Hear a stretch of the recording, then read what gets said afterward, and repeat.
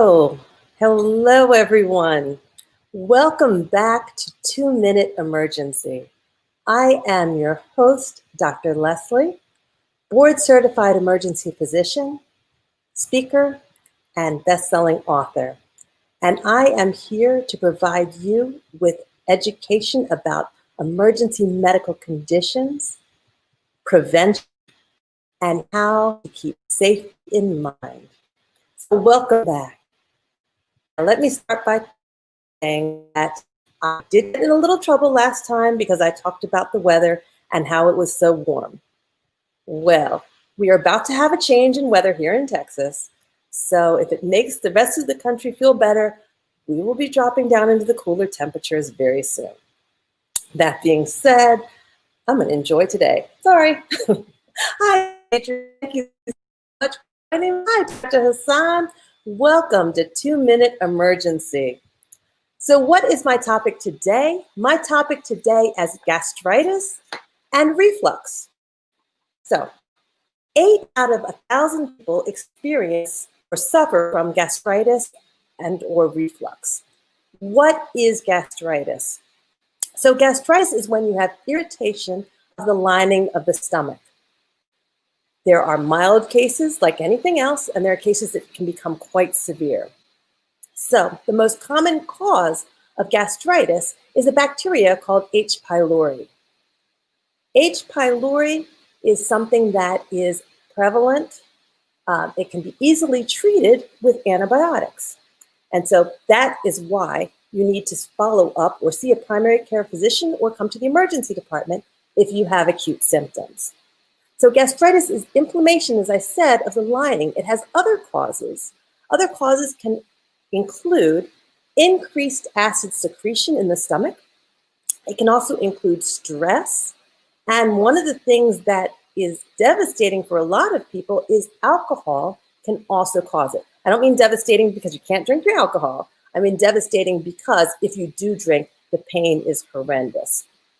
So what are the symptoms? Typically, the symptoms are worse in the morning, and you get a burning sensation in the stomach, and it can be accompanied by nausea, vomiting, rarely, but it can happen with diarrhea as well.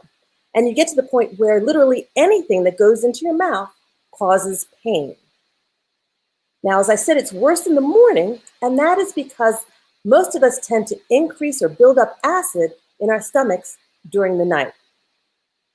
People then skip breakfast, and or the first thing that they eat or drink is coffee. And coffee can be a major irritant if you suffer from gastritis. So 2 reasons why eating small meals throughout the day and making sure that you start your day with a breakfast with something that's lower in acid. So a couple other things is H. pylori is not contagious, just so you know. No worries there. But the treatment, as I said, can include antibiotics. It can include antacids, just simple over-the-counter antacids. It can also include things like proton pump inhibitors. I don't know if you've heard of the medication called omeprazole. That's one thing that can help. Other major thing that can help is cutting back on foods that are higher in acid. And one of the major culprits is tomatoes. Tomatoes are very high in acid, along, of course, with any of your fruits, citrus fruits, orange juice, lemonade, things like that are definitely going to cause irritation. So some people do, as I said, require anti-diarrheals if diarrhea does kick in with gastritis. The major things you have to worry about is with gastritis, you can actually cause erosions or ulcers in your stomach lining. Not only will you know that because of the pain that you experience, but you may also start to see some blood in your stool or diarrhea. Obviously, at that point, you need to seek emergency medical attention, and you may need to see a specialist who is a gastroenterologist. And they may need a procedure known as a scope, where they actually use a camera and look down into at the lining of your stomach directly. So that is something in cases where it becomes more severe.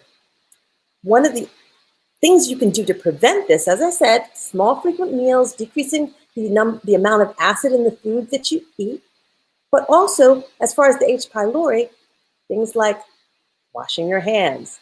Every time I'm always going to suggest keeping your hands clean, keeping your food surfaces clean, washing your food that needs to be washed, and also keeping your food at proper temperatures, whether it's hot or cold, as well as making sure that your food is cooked completely. So those are things that can definitely help.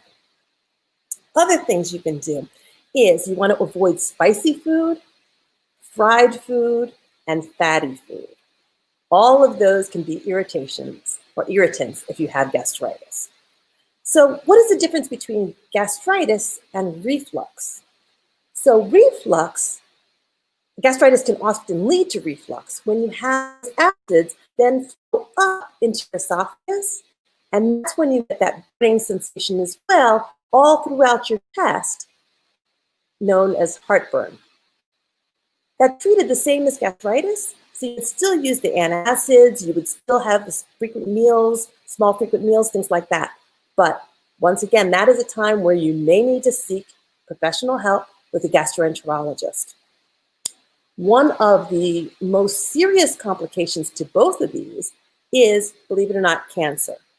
Now, that does not mean everyone that has gastritis is going to have cancer, but there are certain types of cancers that can be caused if you have chronic gastritis, chronic inflammation of the esophagus known as esophagitis.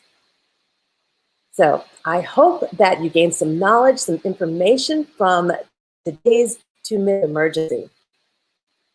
I am, once again, Dr. Leslie, your board-certified emergency physician, author, and speaker, and I provide you with medical information for emergency conditions, for prevention, as well as to try to keep you thinking about safety.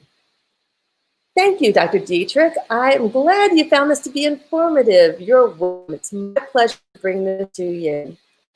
So please stay safe and stay healthy.